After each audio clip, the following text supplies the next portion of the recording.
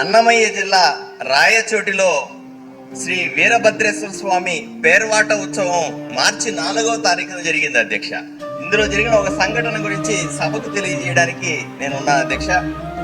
1300 సంవత్సరాల చరిత్ర ఉన్న ఆలయం అధ్యక్ష. తరతరాలుగా వస్తున్నటువంటి ఉత్సవం భజన సంకీర్తనలతో ఆనందోత్సాహాల మధ్య శోభాయాత్ర జరుగుతుంది మార్చి 4వ తారీఖున. అక్కడ తానా జంక్షన్కి వచ్చారు అధ్యక్ష రాయచోటిలో. అక్కడ మసీదులో నుంచి వచ్చినటువంటి అల్లరి మూకలు దాడి చేశారు శోభాయాత్ర మీద. లాఠీ చార్జ్ చేసి పోలీసులు చెదరగొట్టారు.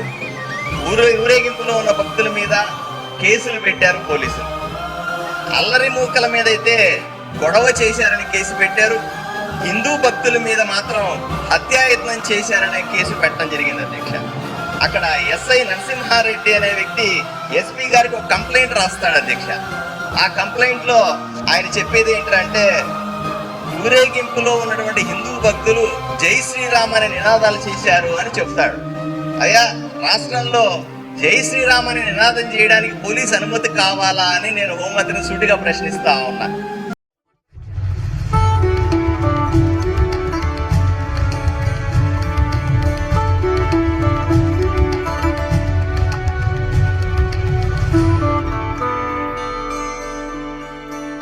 ప్రేక్షకులందరికీ నమస్తే. ఈరోజు నేను మాట్లాడబోయే విషయం ప్రతి హిందువు కూడా వినాలి, దీన్ని అనలైజ్ చేసుకోవాలి, ప్లస్ ఒక కంక్లూషన్కి కూడా రావాలి. ఇలా ఎందుకు అంటున్నానంటే, ఈరోజు నేను మాట్లాడబోయే విషయము అంత ముఖ్యమైంది. ఈ విషయం ఎందుకు ముఖ్యమైంది అని మీరు నన్ను అడగొచ్చు. దీనికి ముఖ్యమైన కారణం ఏంటంటే, హిందువులైన వాళ్ళ అస్తిత్వానికి సంబంధించిన విషయం ఇది. చాలామంది పొలిటీషియన్లు సెక్యులర్ ముసుగును వేసుకొని హిందువులని తిడతారు. సౌత్లో అంటే తమిళనాడులో సనాతన ధర్మాన్ని నిర్మూలిస్తాము అని చెప్తారు. ఆ చెప్పేవాడు హిందువు కాదు, ఒక క్రిస్టియన్. హిందూ ధర్మాన్ని తిడతారు, హిందీని మధ్యలో పెట్టుకొని హిందూ ధర్మాన్ని తిడతారు. వీళ్ళు కొందరు సెక్యులర్గా నాటకాలు వేస్తారు, కొందరు దాక్కుని ఉన్న గొర్రెలు, కొందరు ముస్లిమ్స్. చాలామంది ఇస్లాంకి మారిన వాళ్ళు పేర్లు మార్చుకుంటారులేండి. క్రైస్తవులంత దరిద్రులు కాదు వీళ్ళు. సో ఇప్పుడు హిందూ ముస్లిం భాయ్ భాయ్ ఈ నినాదం ఏదైతే ఉందో ఇది 100% నిజమేనా? ఎందుకంటే చాలామంది హిందువులు కూడా దర్గాలకు వెళ్తారు, అన్ని దేవుళ్ళను మేము నమ్ముతామని చెప్తారు, ముస్లింలతో ఫ్రెండ్షిప్ చేస్తారు, ఇవన్నీ చేస్తారు. అంతేకాదు గంగా జముని తైజీబ్ అనే మాటలు కూడా మనం వింటూ ఉంటాం. మరి ఇదంతా నిజమేనా? నిజంగానే ముస్లిం మతానికి మారిన వాళ్ళు లేకుంటే హిందువులు వీళ్ళు కలిసి ఉండొచ్చా? అసలు మన చరిత్ర ఏమంటుంది, లేకుంటే చరిత్రని ఉటంకించిన పెద్దవాళ్ళు ఏం చెప్పారు, అది మనం చూసుకుంటూ ముందుకెళ్దాం. అయితే ఈ సందర్భంలో నేను డాక్టర్ అంబేద్కర్ గారిని కోట్ చేస్తానండి. అంబేద్కర్ గారు Pakistan and partition of India అనే పుస్తకంలో చాలా విషయాలు ప్రస్తావిస్తారు. పోతే అక్కడికి వెళ్ళే ముందు అంబేద్కర్ గారు ఒక మాట చెప్పారు. అదేంటంటే, ఇస్లాంకి మారిన వాళ్ళలో జాతీయతా భావం పోతుంది అని. అంటే ఇస్లాంకి మారిన ముస్లిమ్స్ అంటే వాళ్ళు ఒకప్పుడు హిందువులే, వాళ్ళు మారితే వాళ్ళలో జాతీయతా భావం పోతుందా? వాళ్ళు హిందువులని ప్రేమిస్తారా? మనం ఏం చేద్దామంటే కొంచెం క్రిటికల్ అనాలైసిసే చేద్దాం ఈరోజు. అయితే ఆ పుస్తకానికి వెళ్ళే ముందు ఇంకో పాయింట్ కూడా మీకు ఇక్కడ చెప్తాను. మనకు స్వతంత్రం తర్వాత జై భీమ్ జై మీమ్ అంటే, జై భీమ్ ఎవరు? దళితులు. జై మీమ్ అంటే ఎవరు? ముస్లిమ్స్.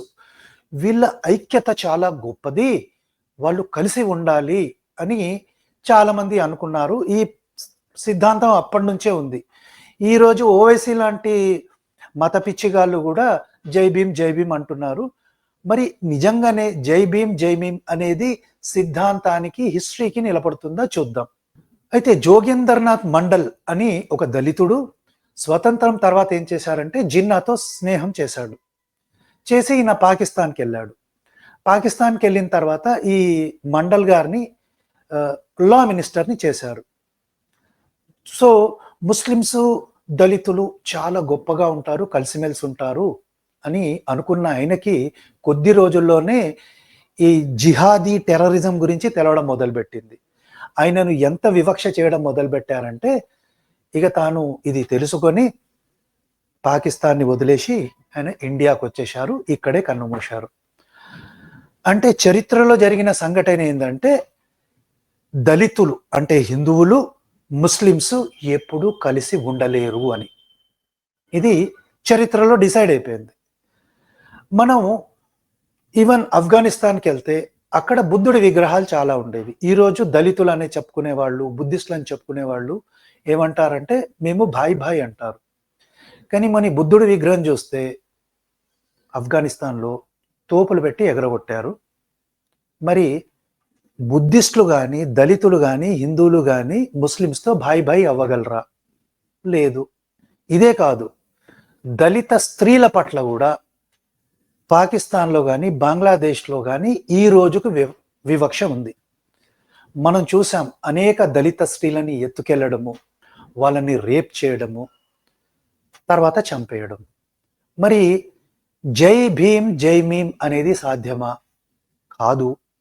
సరే, అప్పుడు ఎందుకండి, ఇప్పటి సంగతి చూద్దామంటారా? బహరంపూర్ గ్యాంగ్ రేప్ అని 2020లో జరిగింది. ఇక్కడ 22 సంవత్సరాల దళిత అమ్మాయిని కొందరు ముస్లిమ్స్ కిడ్నాప్ చేసి గ్యాంగ్ రేప్ చేసి చంపేశారు. మరి హిందువుల సంగతి పక్కన పెడదామండి, జై భీమ్ జై మీమే సాధ్యం కావట్లేదు కదా. మరి చరిత్రకి వెళ్దాం. 1704లో ఇస్లాంని స్వీకరించలేదని గురు గోవింద్ సింగ్ని, ఆయన కుమారుల్ని సజీవంగా దహనం చేసింది ఔరంగజేబు. అంటే దళితులతో వీళ్ళు కలిసి ఉండట్లేదు, సిక్కులతో కూడా కలిసి ఉండట్లేదుగా. మరి ఖాలిస్తాన్ మూమెంట్ అంతా ఏంది అంటే ఒక పథకం ప్రకారం మనం అందరము ఒకటే అని మనల్ని భ్రమలో పెడుతున్నారా? నేను చెప్పట్లేదండి, నేను క్వశ్చన్ వేస్తున్నాను. ఇది కరెక్టా కాదా మీరు చెప్పండి. మీరు ఎక్కడికో వెళ్తారండి, ఇప్పుడైతే మనం కలిసి ఉన్నామా అంటారా?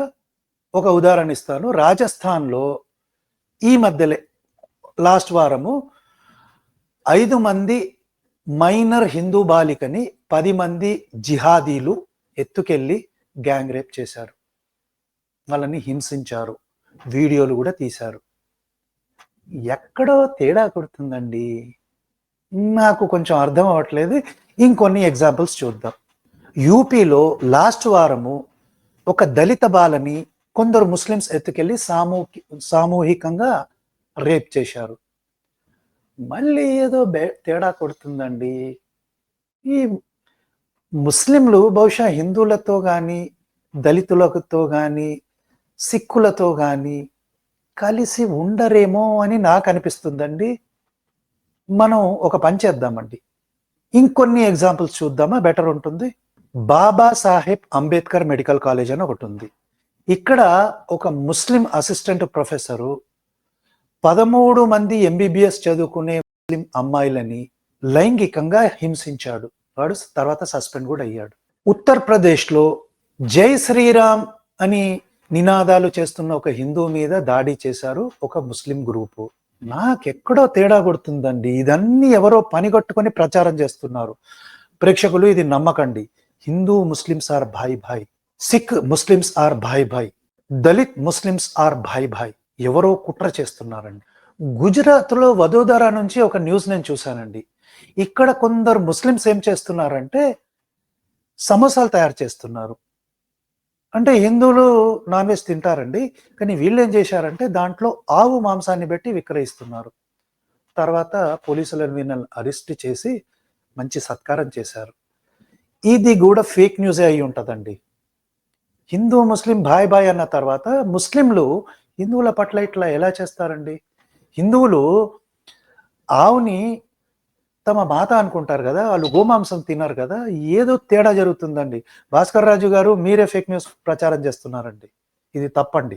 సరేనండి, ఇది వద్దండి.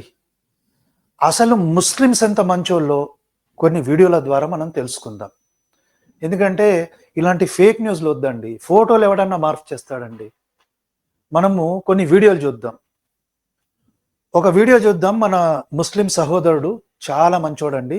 ఈయన ఏమంటున్నాడో వినండి. कि आप लोग जानते हैं रमज़ान आ चुका है, रमज़ान चल रहा है। अब रमज़ान में जो लोग शॉपिंग करते हैं, ट्रेडिंग करते हैं, हमारे मुसलमान भाइयों लोग, मैं आप लोगों से अपील करता हूँ कि आप लोग परचेस से मुसलमान की दुकान से करिए, ना कि कोई गैर मज़हब वाले के से मत करिए। जब वो ना हमको बाइकआउट करते हैं तो हम भी उनको बाइकआउट करना चाहिए।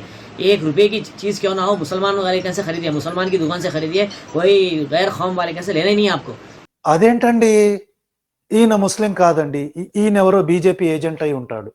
ఎందుకంటే రంజాన్ వచ్చింది, ముస్లింల దగ్గరే కొనమని చెప్తున్నాడు, హిందువుల దగ్గర వేరేళ్ళ దగ్గర కొనొద్దని చెప్తున్నాడు. వీడు ఖచ్చితంగా ముస్లిం కాదండి. ఒక పని చేద్దాం ప్రేక్షకులు, ఇంకో వీడియో చూద్దాం.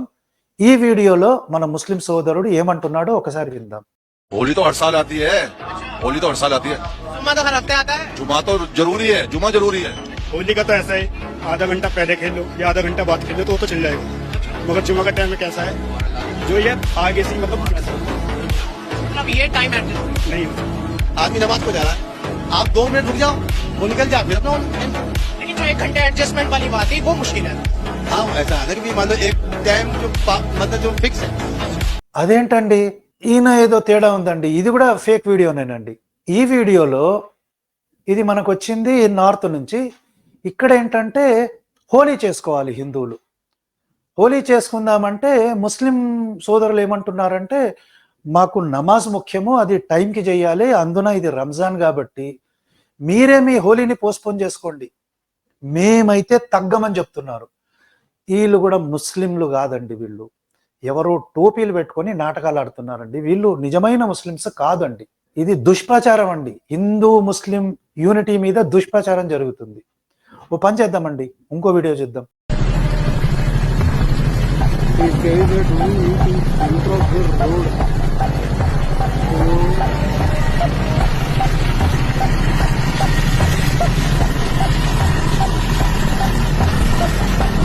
ఇక్కడ ముస్లింలందరూ గుంపుగా వచ్చి దుర్గా పూజ చెయ్యొద్దు, మాకు డిస్టర్బ్ అవుతుందని అందరూ జులుస్ తీస్తున్నారు. ముస్లిమ్స్ టోపీలు కూడా పెట్టుకున్నారు. లేదండి, వీళ్ళు నిజమైన ముస్లిమ్స్ కాదండి. వీళ్ళు టోపీలు పెట్టుకొని ఎవరో హిందువులే కావచ్చు, బీజేపీ అనుకుంటా, వీళ్ళకు టోపీలు పెట్టి వీళ్ళే నాటకాలు ఆడుతున్నారు. వీళ్ళైతే నిజమైన ముస్లిమ్స్ కాదండి నా దృష్టిలో. సో మనల్ని ఎవరో తప్పుదారి పట్టిస్తున్నారండి. హిందూ ముస్లిం బాయ్ బాయ్, హిందూ ముస్లిం యూనిటీ వర్ధిల్లాలండి.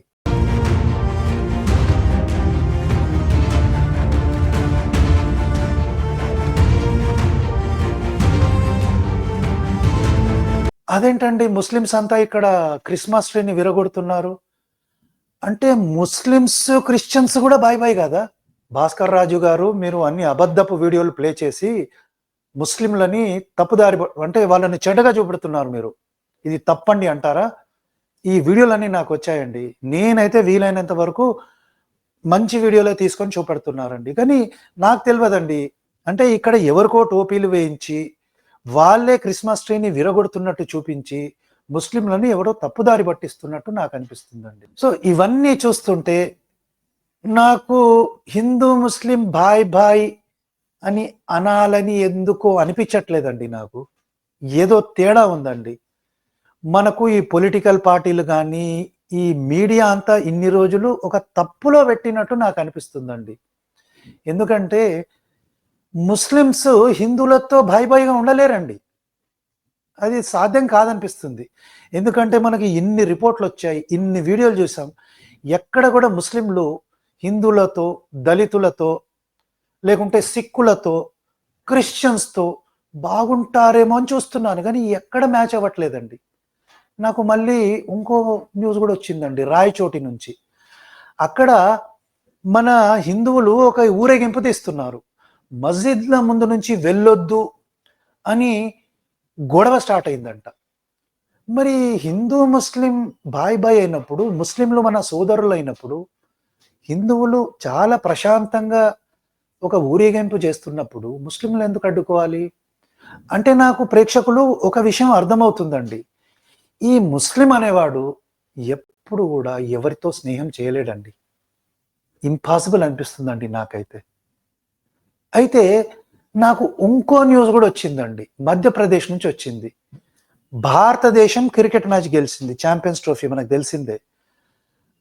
అంటే గెలిచిన తర్వాత కొందరు సెలబ్రేట్ చేసుకుంటే వాళ్ళ మీద కూడా రాళ్ళు పడ్డాయంట, కొన్ని కార్లను బండ్లను కూడా తగలబెట్టారని న్యూస్ వచ్చింది. అంటే దీని ప్రకారం ఈ ముస్లింలు అనే వాళ్ళకి హిందువులు కాదండి, భారతదేశం గొప్పగా ఉంటే కూడా పడదు అనే విషయం నాకు ఏదో కొంచెం అర్థమవుతుందండి. ఇది నిజమా కాదా మీరు చెప్పాలి ప్రేక్షకులు మరి, ఎందుకంటే నాకైతే ఇలా అర్థమవుతుంది. మరి ఇవన్నీ చూసిన తర్వాత కూడా హిందువులు, దళితులు, బుద్ధిస్టులు, క్రిస్టియన్స్ ఈ ముస్లింలు మనకు భాయి అని అనగలరా? అంత సాహసం చేయగలరా? సరే, ఒక పని చేద్దామండి. మనకు అంబేద్కర్ ప్రమాణం అండి, మనకు అంబేద్కర్ ప్రమాణం అండి. సో అంబేద్కర్ గారు ఏం చెప్పారు ముస్లింల గురించి అది చూద్దామా? అట్లీస్ట్ అంబేద్కర్ గారు నన్ను క్లారిటీ ఇస్తారేమో. సో మనం అంబేద్కర్ గారు ఏమన్నారో ఒకసారి చూద్దాం. సో మొదలు పెడదామండి. Mahmud of Ghazni also looked upon his numerous invasions of India as a wage of holy war. He demolished idol temples, established Islam. ఇది అంబేద్కర్ గారు తన book Pakistan and partition of ఇండియాలో రాస్తున్నారు. సో ముస్లింలు అనేవాళ్ళు ఆడు బయటి దేశం నుంచి వచ్చినా ఇక్కడ వచ్చినా ఆడు రాళ్ళు వేయాలి, గుళ్ళు ఎరగొట్టాలి. ఇది కామన్ ప్యాటర్న్ లాగా నాకు అనిపిస్తుంది. సరే, మనం ఒక పని చేద్దామండి, ఇంకాస్త చూద్దాం, చెక్ చేద్దాం అంబేద్కర్ గారు ఏమన్నారు. తైమూర్ని కోట్ చేస్తున్నారండి అంబేద్కర్ గారు. ఏమంటున్నారు? తైమూర్ అన్నాడంట, my object in the invasion of Hindustan is to lead into a campaign against the infidels to convert them to true faith according to the command of Muhammad. నాకేదో తేడా వచ్చిందండి. అంబేద్కర్ గారు కూడా ఇక్కడ అబద్ధం చెప్తున్నారా, మరి నిజాలు చెప్తున్నారా నాకు అర్థం కావట్లేదు. కానీ అంబేద్కర్ గారిని మనం అందరం నమ్ముతారు కాబట్టి అంబేద్కర్ గారు నిజం చెప్తున్నారనే మనం డిసైడ్ అవ్వాలి. అంటే ఈ తైమూర్ కానీ ఔరంగజేబ్ కానీ ఎవరు కూడా వాళ్లకు మన గుళ్ళు నచ్చవు, మన ధర్మం నచ్చదు, దాని మీద రాళ్ళేస్తారు, గుళ్ళని ఇరగొడతారు, వాళ్ళ మతాన్ని మనకు అంటగడతారు. ఇదైతే మనకు అర్థమవుతుందండి. సరే, ఇంకోటి చదువుదామండి. పాకిస్తాన్ అండ్ పార్టిషన్ అనే దాంట్లో ఉంది. ఇక్కడ ఏమంటున్నారంటే cow slaughter, music before mask and conversion over which differences existed. So దీని గురించి గాంధీ గారు కూడా ఏదో సయోధ్య చేద్దామని చూశారంట. అంటే ఎప్పుడు ఇది గాంధీ తాత చచ్చిపోకముందు. అంటే అప్పుడు కూడా ముస్లిమ్స్ ఒప్పుకోలేదంట. అంటే వాళ్ళ మస్జిద్ నుంచి మ్యూజిక్తో ఎవరైనా హిందూ పోతే అప్పుడు కూడా ఒప్పుకోలేదంట వాళ్ళు. మరి అప్పుడు కూడా రాళ్ళేశారు, ఇప్పుడు కూడా రాళ్ళేస్తున్నారు. అంటే కొన్ని వందల సంవత్సరాల నుంచి ఈ ముస్లిమ్స్ ఏం మారలే. వాళ్లకు హిందూ ధర్మం అన్నా నచ్చదు, హిందువులన్నా నచ్చదు, గుళ్ళన్నా నచ్చదు, కాబట్టి వాళ్ళు ఇరగొడుతూనే ఉంటారంట. ఇది అంబేద్కర్ గారు చెప్తున్నారు. మరి సో ప్రేక్షకులు ఒకటైతే విషయం నాకు అర్థమైందండి, ముస్లిం అనేవాడు ఎప్పుడు ముస్లిమే. కాబట్టి వాడు మీ గుళ్ళ మీద రాళ్ళేస్తాడు, నీ మీద రాళ్ళేస్తాడు, నీ అమ్మాయిల్ని ఎత్తుకెళ్తాడు, వాళ్ళని బలవంతంగాను మోసం చేసి కన్వర్ట్ చేస్తాడు, వినకుంటే చంపేస్తాడు అని నాకట్లా ఎందుకో అనిపిస్తుంది. నాకు ఇంకా డౌట్ఫుల్లే ఉంది. మరి ఈ విషయం మీరేమంటారో చెప్పండి ప్రేక్షకులు. హిందూ ముస్లిం భాయ్ భాయా? అసలు మనం వీళ్ళతో కలిసి ఉండొచ్చా? కానీ ఇప్పుడు కలిసి ఉన్నారు అని అంటున్నారు కదా, మరి మైనారిటీలో ఉన్నందుకు కలిసి ఉంటున్నారా? మరి వాళ్ళు మెజారిటీ అయితే మనం ఏం చేస్తారు? ఈ విషయమై నాకేం తెలియదండి. నేను చాలా అమాయకుడండి, మీకు తెలుసు. భాస్కర్ రాజు సార్ చాలా అమాయకుడు అని తెలుసు. సో ఈ విషయమై మీరేం చెప్తారో చెప్పండి, కామెంట్ రూపంలో తెలియజేయండి. ఇంకోటి, ఈ వీడియో కనుక నచ్చితే తప్పనిసరిగా లైక్ చేయండి, మన హిందువులందరికీ షేర్ చేయండి. మన హిందువుల పరిస్థితి ఏంది? వీళ్ళు మైనారిటీలో ఉన్నారు కాబట్టి ప్రశాంతంగా ఉన్నారు, మెజారిటీ అయితే మనల్ని ఏం చేస్తారు? ఈ విషయం మనకు క్లారిటీ లేదు, నా క్లారిటీ లేదు, మీరు క్లారిటీ ఇవ్వండి. సో ప్రేక్షకులు, మరో మంచి వీడియోతో మీ ముందుకు వస్తాను. జై శ్రీరామ్, భారత్ మాతా కీ జై, జై భీమ్.